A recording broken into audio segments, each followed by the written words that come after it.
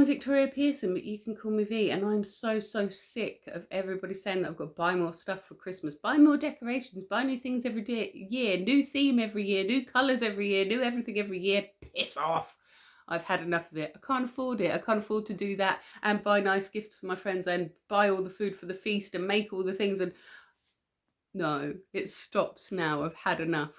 And so today we're going to be hand making some Christmas decorations, and to be honest, I'm going to be reusing a lot of stuff that I've had before, because a lot of my art is about reuse.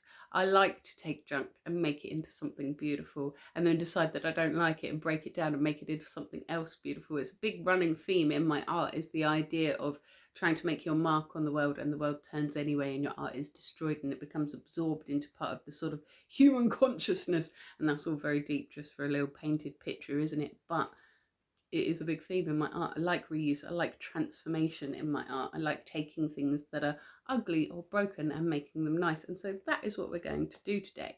I'm going to be using a wreath base that I have had since I think 2001.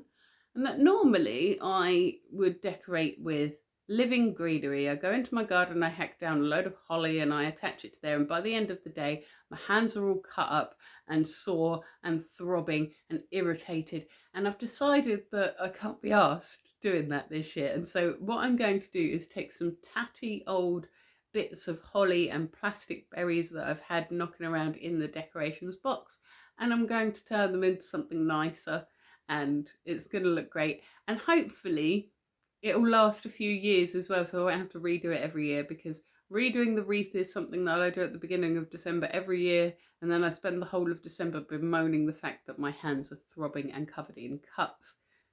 I've got skin that struggles to heal from small injuries, and so little cuts on my hand at the beginning of December are going to be affecting me right way through Christmas, and I don't want it this year. And I know I could wear gloves, but I never feel like I can get things done properly with gloves, you know, whether that's gardening or making art or doing anything. I like to be able to get in there and feel it with my hands. And so I'm going to make one that's not made of natural materials, which seems really weird to me. I'm still going to go and cut down holly branches and bring them into my house and stick them in vases and lay them on shelves and stuff like that, because I think it's important from a spiritual perspective to be bringing in evergreens into your house at this time of year. But for the decorative stuff that is going to get chucked in the loft afterwards, I am going to use some non-stingy, non-prickly plastic tat that would otherwise have just gone into landfill, because we love rescuing stuff from landfill. Creating something artistic, crafty, cooking even, whatever you're creating, it's a really important and intrinsic part of being human. And at the moment, there's a lot of very rich people invested in the idea of telling you that you can just press a button and have a computer do that for you. But that's not real art. Real art contains soul, real art contains heart, real art contains mistakes and effort and learning process. And so, you sitting at home painting a little toilet roll tube that you're going to stick pipe cleaners through and call it a reindeer is more artistic than anything that a computer can ever produce. It's more artistic than anything that some generative software can steal from somebody else and regurgitate for you. So it doesn't matter if it's messy. It doesn't matter if your glue got everywhere, you got your hair stuck in it, there's glitter everywhere now. It doesn't matter. What matters is that you poured some of yourself into it. So I have a massive box of stuff here. I got given these little wreath bases, and they're a bit smaller than what I would normally use, but I didn't want to throw them away because we don't do waste here. And so we might make my son a little one for his room once we've finished with the big one. This is my wreath base that I have had on the go since I was about 19. And we've got, I don't know why I've got 2 bits of ribbon on there. We'll probably cut one of those off, but I might keep that one as a hanging thing. And if you can see, these wicker work ones, which theoretically you could make yourself, but I've never been successful in doing. These are really, really easy, because whether you're using sort of fake plastic stuff or you're using real branches and boughs, you can just sort of stick them in there and even like hot glue them in place if you want to. And it's very, very secure, but it's also really easy to then pull it back out and reuse it next year. So that is why I like these ones.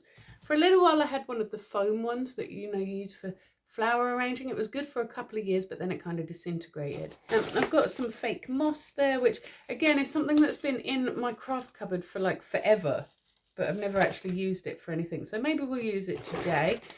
Same for these little berry pick things. I don't know what they're actually supposed to be for, but I think we can use them in the wreath. And then I've got this hideous stuff here, which is supposed to be like holly, I think. And we've got these poinsettias that are just sort of, they're very tatty. This is very tatty. I'm going to deconstruct this and we're going to use it for the wreath. What else have I got in my little box of treats? I've got lots and lots of lights in here. I've got some orange slices, and probably the most important thing if you don't want to use a hot glue is to get some beading wire. I have literally just run out of the roll of beading wire that I bought myself when I was 17 and first moving out on my own. I've literally only just finished it, so this is a historic moment, me opening the new beading wire.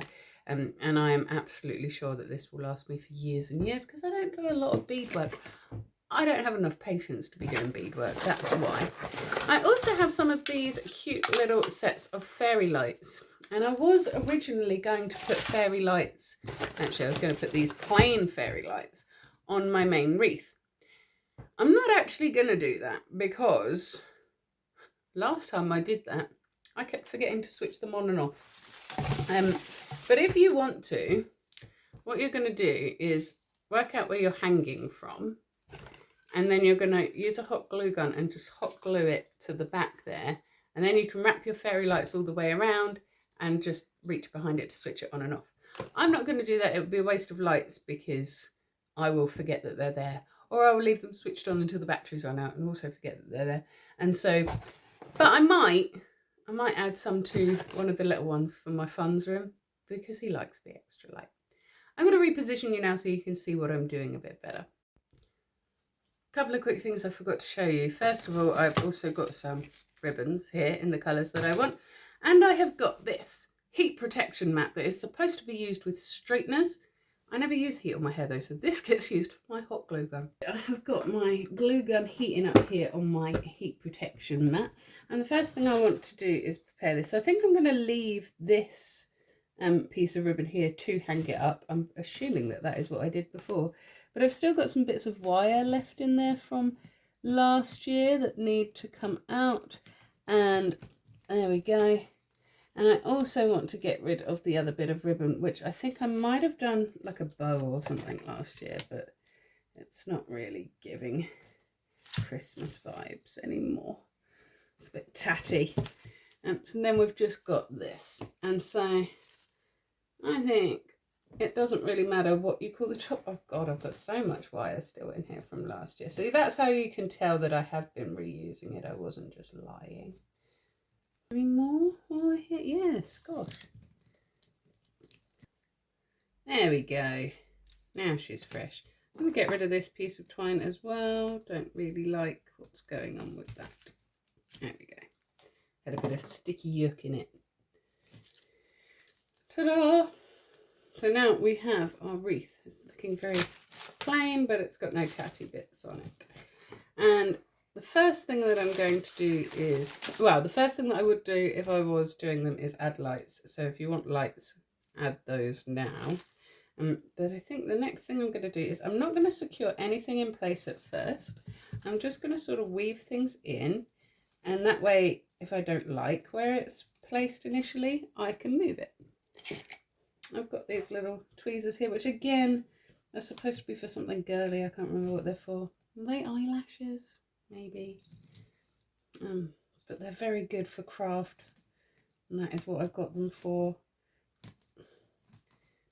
And see how I've weaved that in and I haven't actually had to stick it at all. So I'm hoping that we can do a few bits and bobs like that where we don't have to do anything major. I think this has come off of here. Yes, it has. There we go. So I'll do that one in the other way. Because what I want to do is create just a little bit of like symmetry going on here at the bottom. And then we'll have all the greenery come up and around. Every now and then pick it up and give it a little shake to make sure you're secure as you want to be. And I think we're going to need a big red flower at the bottom here, I think. So I'm going to just take one from here. I'm wishing that I'd sort of ironed it, but it's fine, I think. Oh, that was easy. I just pulled it off. I thought I'd have to cut it. There we go. So now we've got the little flower. I've got a couple of little leaves there. I'm okay with that. And I'm going to stick it in about there-ish, I think. I think that'll be cute. Yeah. But I'm going to have to glue stick it because I didn't leave myself anything to go with there. So I'm just going to put a big glob on, stick it in as hard as I can, push it in as hard as I can, and hope that that stays where I want it to be. Do we want some orange slices there as well? Maybe not. Maybe we can stick on red and green on this one and we'll do the orange slices on the wee man's one. I think we need some leaves though. Maybe a few more berries, but mostly I think we need leaves. I don't understand why these holly leaves and poinsettia leaves are growing on the same plant in my little bit of tat, but there we go. That's part of why I don't like it actually, is because I'm just like, well, that's not how that grows. I'm going to put a little glob of glue on there and then just push it in. I'm going to use my tweezers again to push it right in there. I'm liking this. I'm liking how it's coming out. I'm going to actually cut some of these so that I've got a little bit of end to work with, I think. Yeah, I think technically you don't need a glue gun to be able to do this. I just like to use a glue gun and make it a bit more secure. But I do think that you could just do it with wire, even maybe just with ribbon, if you were smarter than I am. And yeah, you know what? By the end of this, it may not be the best Christmas wreath that exists in the universe, but it will be uniquely mine. Nobody else will have one exactly like it. Even if you guys copy me completely, yours is going to come out slightly different to mine. And everything that I'm using in it, or pretty much everything that I'm using in it, I'm saving from landfill. So that's helping the planet too. And I did it with my own creative hands. And I think that that's just such an important thing. We have so many corporations at the moment sort of trying to convince you that art is something that is an end product, that art is something that just needs to be produced as quickly as possible, as effort-free as possible, click of a button, write your prompt, got your thing. And it's never going to have the heart and soul of real art. And for that reason, I think that making art is in itself an act of resistance against a world that's trying desperately to commodify our creativity and outsource it to a machine. Making art is defiance. Making art is resistance. Making art in a world that's telling you to spend every waking moment monetizing your life, making things just for the joy of it, is so important. How are we getting on? What do you reckon? Getting there, isn't it? I'm just going to keep doing that all the way around. I don't know if I'm going to use these big ones. I don't think I'm going to. And I actually don't think I need more than one poinsettia on this either. Some of these I feel like they need something more than just this to hold them in. So I'm cutting off bits that I'm not using. I'm going to see if I can pop that in there. What's smoking? Concerning. Yes, I can. I can put that in there and then use it as a little... So yeah, it's just going to keep repeating this process of chopping off these tatty little leaves and sticking them in places where I think it looks all right, and then looking at it and deciding, maybe I don't like where that is, and sticking it somewhere else. Yes. We're getting somewhere. We're getting somewhere. I'm liking that. I don't know whether to add more ribbon on. I was going to wrap some red ribbon around it, but I actually quite like how it's coming out without it. If we keep going one side and then the other side, so that we make sure it's nice and even all the way around now, because we don't want to run out halfway up. And again, all of this, if you don't have some tatty old nonsense that you're trying to get rid of, you can just use fresh stuff for this. You can use the hot glue gun on them, but as they dry out, they will become more brittle and so and crispy kind of thing. But you can hot glue them, or you can just wire them in with like a beading wire like this. Just wrap the wire around the leaf and then into your doodad. It's getting there, isn't it? I'm getting there. Now, if you're finding that you're being a lot messier than I am, and you're like, why isn't it going as easily as V's is, bear in mind that number one, I've done this before, and number two, I'm cutting out all of my mistakes when I do this, or the bits where I stick my little tweezers together, or the bits where I cover my hands in the glue. Look at that, that's gross. It'll be very satisfying when I get to pick it all off later though. But yeah, don't be beating up on yourself if you're not finding it quite as easy, or yours isn't coming out just exactly the way that you imagined, because you can always do it again. But also, I feel like we really need to get rid of this idea of Christmas having to be perfect. Like, Christmas isn't perfect. Christmas is meant to be messy, blobby snowmen made by your children, and, you know, the lumpy, wonky scarf that your friend made you because she loves you. And, you know, perfection is the enemy of joy, actually. And Christmas is supposed to be about joy, people. You're supposed to have clashing colours and off-brand things and quirky little stuff that only makes sense in your household and your family. That is what Christmas is all about. If you saw some of the decorations that I get on my tree, you'd think we were absolutely unhinged. I mean, we are, but it's not because of the Christmas decorations. We've got Santa who had a black beard because he must have been young once upon a time, according to one of my kids. And we had a Robin with the scariest eyes you've ever seen. It's like it looks right into your soul, and we love it. It's been on our tree for like 17 years, made by one of the children years ago. We've got, do you remember when those aqua beads were all the rage with little girls? Some of the little cousins made us some little Christmas tree decorations out of those aqua bead things, you know, the ones that you sort of iron over and flatten. And those are still on our tree now, but the little girls that made them have got little girls of their own now. And that is what Christmas is meant to be about. It's not meant to be picture perfect. It's not meant to be competing with your neighbours over who's got the fanciest whatever. It is supposed to be fun and joy and celebrating and warmth. And you can't get warmth if you're trying to do this sort of, you can't get the emotional warmth, you can't get the artistic warmth if you're trying to be perfect, if you're beating yourself up because you are not perfect, if you're copying something out of a magazine. It's rubbish. Just do Christmas your way. It'll be brilliant, I promise you. I promise you that your family will love the Christmas decorations that are covered in glitter and bits are falling apart, that have all these memories attached to them, far more than they're going to like any perfect Instagram worthy glass baubles with gold glitter on it that cost you a fortune. Memories and love and joy exist in the moments of imperfection. Love lives in mess.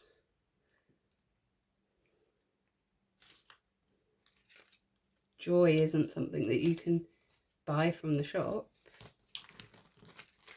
And your creativity isn't something that you should be outsourcing to machines that want you to forget how to do it. The joy of making things, even if you're not very good at making those things. Like, I am making a right mess here right now. But I'll tell you what, whatever it looks like when it's finished, I'm not going to be able to stop looking at this thing. I'm going to be like, oh, I made that. And you can feel that way about it as well. And it doesn't matter if it's a little bit wonky, and it doesn't matter if it's a little bit lopsided, and it doesn't matter if when you look at it you think, you know what, I could do that a bit better. That's part of the artistic process, my friend. You meant to feel like that about it. I need to think back to when Christmas was most magical for you, because chances are if you're watching this, you're probably the household's adult, and it's your job to make it magical for everybody else. And so you're throwing yourself into a big tizzy about how everything's got to be absolutely perfect. But think back to when you were a kid. Were you joyful at Christmas because of the latest magazine-worthy decorations in your house? Like, what was the joy for you? Or were you just joyful at seeing, you know, the decorations that you made last year being put on the tree, and knowing that your family were coming around and getting excited about gifts and all that other stuff? Because I don't think that having a picture perfect house ever made a perfect Christmas. And even if it did, having a perfect Christmas is one hell of a tall order for your kids to have to live up to, you know. Teach them instead that you're human. Teach them instead that the joy of creation is always going to win over buying something. Teach them that you love their efforts, even if they're not perfect. And by which I mean, let them put all 17 baubles on that one branch of the tree. It really doesn't matter. They're having fun. That's what matters. They're making memories. That's what matters. Oh, it's not bad, is it? It's not bad at all.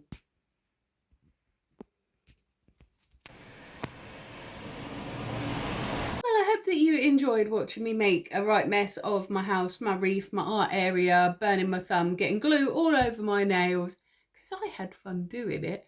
And that is the thing. Art is supposed to be messy. Art is supposed to be a process of finding what works and finding what doesn't, and starting over and trying again, trying something new and trying something tried and tested, and making a mess. That is what art is supposed to be. And so I really, really hope that I've inspired you to go and make some of your own. Join me on Monday for my next vlog, where I think, if I have worked out correctly, I am going to be talking about how I blend pagan and non-pagan celebrations in my house to make a winter festival that suits every belief in my household, which is a bit of a challenge. But if you can't wait until then to see me again, I will be here every single morning in your shorts, taking a great big deep breath, letting you know what I'm grateful for, sometimes having a little whinge about what's challenging me that day. And I will also be here on a Witchy Wednesday doing an intuitive tarot card pull for you as well.